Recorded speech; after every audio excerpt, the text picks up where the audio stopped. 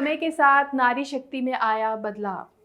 नमस्कार, आप देख रहे हैं प्रोग्रेसिव इंडिया और मैं हूं मानवी बख्शी। वैसे तो प्रोग्रेसिव इंडिया में हम संपूर्ण समाज के विकास की बात करते हैं, लेकिन मैंने इस मंच को खास तौर पर महिला सशक्तिकरण के लिए चुना है। महिला को आदिकाल से ही शक्ति रूप माना जाता है। दुर्गा, सरस्वती, लक्ष्मी सभी का रूप जब नारी है, तब देश में नारी की स्थिति इतनी दयनीय क्यों है? हमारा सवाल है कि जब नारी में सारी शक्तियां निहित हैं, तो देश में उसकी स्थिति इतनी बेचारी की क्यों बनी हुई है? इस तस्वीर को बदलने के लिए क्या मर्दों की सोच को बदलने की ज़रूरत है, या नैतिक पतन इतना हो चुका है कि अब बदलाव असंभव है? एक सच ये भी है कि नारी शक्ति की प्रतीक रही दुर्गा ने आतताइयों का नाश किया और नारियों से निडर बनने का आह्वान किया। तो दूसरा सच ये भी है कि भारतीय इतिहास गवाह है कि नारियों पर ही सबसे ज़्यादा सितम ढाए गए, जिसके चलते समय के साथ नारी ने अपना आत्मविश्वास खो दिया। आज अपनी रक्षा के लिए वो दूसरों पर निर्भर रहती है। महिला की ऐसी अवस्था होना हमारे समाज के लिए चिंता का विषय है। इस मुद्दे पर अक्सर चर्चा होती है, लेकिन चिंतन नहीं होता। प्रयास तो होता है, लेकिन सुधार नहीं होता।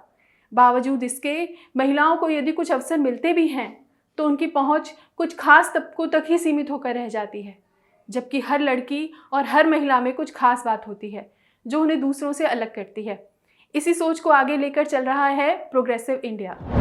प्रोग्रेसिव इंडिया का प्रयास है कि समाज के हर तबके का विकास हो, और ये उत्थान तभी संभव है कि जब समाज की हर महिला का उत्थान होगा, नारी सशक्तिकरण होगा। जब एक नारी आर्थिक और सामाजिक तौर पर सशक्त होगी और इससे उसमें आत्मविश्वास पैदा होगा।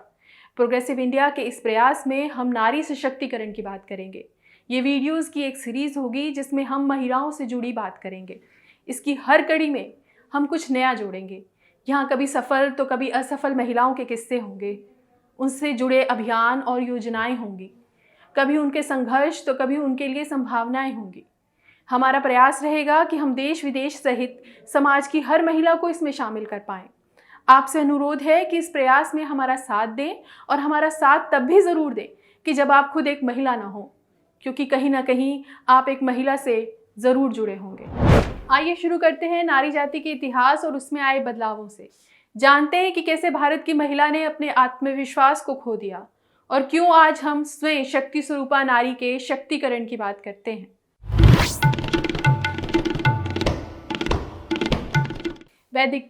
वैदिक काल की नारियों को पुरुष के बराबर समझा जाता था। तब महिलाएं अपनी इच्छा से जीने के लिए स्वतंत्र थीं। वैदिक काल की महिला शिक्षित होती थी और उन्हें अपने वर को चुनने की आज़ादी भी होती थी।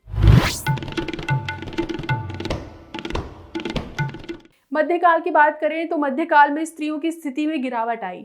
बाल विवाह, पुनर्विवाह पर रोक, बहुविवाह, राजपूत महिलाओं का जौहर पर मजबूर होना, देवदासी प्रथा जैसी कुरीतियों के जरिए नारी जाति का शोषण हुआ।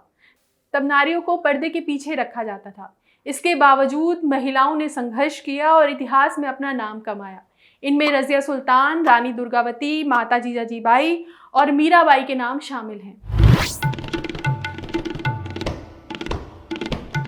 फिर आया अंग्रेजी राज का दौर। अंग्रेजी राज में महिलाओं की स्थिति में धीमी गति से सुधार आना शुरू हुआ। उन्हें शिक्षा पाने का अवसर मिला। राजा राम मोहन राय ने सती प्रथा को खत्म करने पर, तो ईश्वर चंद्र विद्यासागर ने विधवा विवाह के पक्ष में बड़ा योगदान दिया। आज़ादी की लड़ाई में अनेक महिलाओं ने बढ़ चढ़कर भाग लिया, जैसे रानी लक्ष्मीबाई, डॉक्टर एनी बेसेंट, विजय लक्ष्मी पंडित, अरुणा आसिफ अली, सुचेता कृपलानी और कस्तूरबा गांधी ने महत्वपूर्ण योगदान दिया। सुभाष चंद्र बोस की सेना में तो एक महिला कैप्टन लक्ष्मी सहगल भी थी। आज़ादी के बाद सन 1950 में जब देश को संविधान मिला, तो उसमें स्त्रियों को सुरक्षा के साथ सम्मान और पुरुषों के बराबर अवसर मिले और अधिकार मिले। लेकिन अशिक्षा, पुरानी सोच और कमज़ोर सामाजिक ढांचे के कारण नारी जाति उन अवसरों और अधिकारों का पूरा लाभ नहीं उठा पाई। मगर आज़ाद भारत के इतिहास को नारियों की गौरव गाथा से वंचित नहीं रहना था। इसीलिए देश की पहली महिला प्रधानमंत्री बनी इंदिरा गांधी। सुचेता कृपलानी यूपी की मुख्यमंत्री बनी। किरण बेदी पहली महिला IPS। Kamaljit Sandhu Asian Games की पहली गोल्ड पदाधिकारी। विजेंद्र पाल एवरेस्ट पर जाने वाली पहली भारतीय महिला थी। वहीं दूसरी ओर मदर टेरेसा को नोबेल पुरस्कार मिला। फातिमा बीबी सुप्रीम कोर्ट की पहली महिला जज बनी, और मेधा पाटकर सामाजिक कार्यकर्ता जैसी अनेक महिलाओं ने पुरुषवादी समाज की सोच को पीछे छोड़ते हुए अपनी बुद्धिमत्ता, नेतृत्व क्षमता और सामर्थ्य का परिचय दिया और इतिहास में अपना नाम स्वर्ण अक्षरों में लिख दिया। आज की नारी पुरुषों से किसी भी मायने में कम और घर की चार दीवारियों में कैद नहीं है।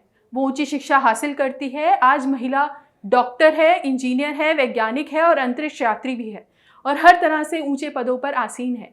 आज वो अपने कपड़ों और जीवन शैली के साथ अपने जीवन साथी का चुनाव करने के लिए भी स्वतंत्र है। आज महिला की सुरक्षा और हितों की रक्षा के लिए संविधान में लगभग 34 एक्ट प्रभावी हैं। आज नारी ने साबित कर दिया है कि यदि उसे मौका मिले तो जीवन की दौड़ में पुरुषों के बराबर है। अब ये समय की मांग है कि पल पल बदलती दुनिया के साथ नारियों को भी बदलते रहना होगा। सही मायने में नारी के प्रति सोच में बदलाव तभी होगा जब हम इसकी शुरुआत अपने घर से ही करेंगे। बेटियों को संस्कारवान बनाने के साथ हम बेटों को महिलाओं का सम्मान करने के संस्कार भी देंगे। ये तय है कि नारी कोई वस्तु या दया की पात्र नहीं है, क्योंकि माँ के रूप में एक कमज़ोर सी दिखने वाली नारी को जब लगता है कि उसके बच्चों पर कोई खतरा है तो उसकी रक्षा के लिए वो रणचंडी का रूप भी धारण करने को तैयार हो जाती है। नारी के हर रूप की चर्चा आज हमने आपसे की और महिलाओं में समय के साथ आए बदलावों की बात भी की। ये सिलसिला जारी रखेंगे। ऐसी ही और वीडियोस के लिए जुड़े रहिए हमारे यानी प्रोग्रेसिव इंडिया के साथ। और हाँ, हमारी वीडियोस को लाइक, शेयर और सब्सक्राइब ज़रूर करिए। मैं मानवी बख्शी, कैमरा पर्सन सतेंद्र और DOP नरेश जी के साथ आपसे विदा चाहूँगी। धन्यवाद।